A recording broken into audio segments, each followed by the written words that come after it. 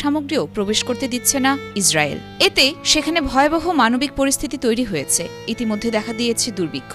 চলতি সপ্তাহে সামাজিক যোগাযোগের বিভিন্ন মাধ্যমে ভাইরাল হয় একটি ছবি, যেখানে দেখা যায় সারাদিন রোজা রাখার পর পশুর খাবার ঘাসের সঙ্গে লেবু দিয়ে ইফতার করছে ফিলিস্তিনের একটি পরিবার।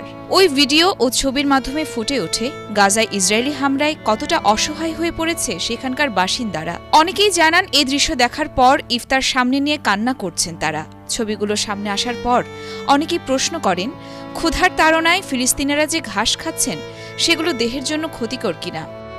চিকিৎসকরা বলছেন ঘাস বিষাক্ত কিছু নয়, কিন্তু এটি মানুষের জন্য ভালোও নয়, বিশেষ করে যদি দীর্ঘদিন খাওয়া হয়। কারণ পানি আর লিগনিনের সমন্বয়ে তৈরি ঘাস। লিগনিন এমন একটি প্রোটিন যা মানুষের পরিপাকতন্ত্রের জন্য ভাঙা বেশ কঠিন।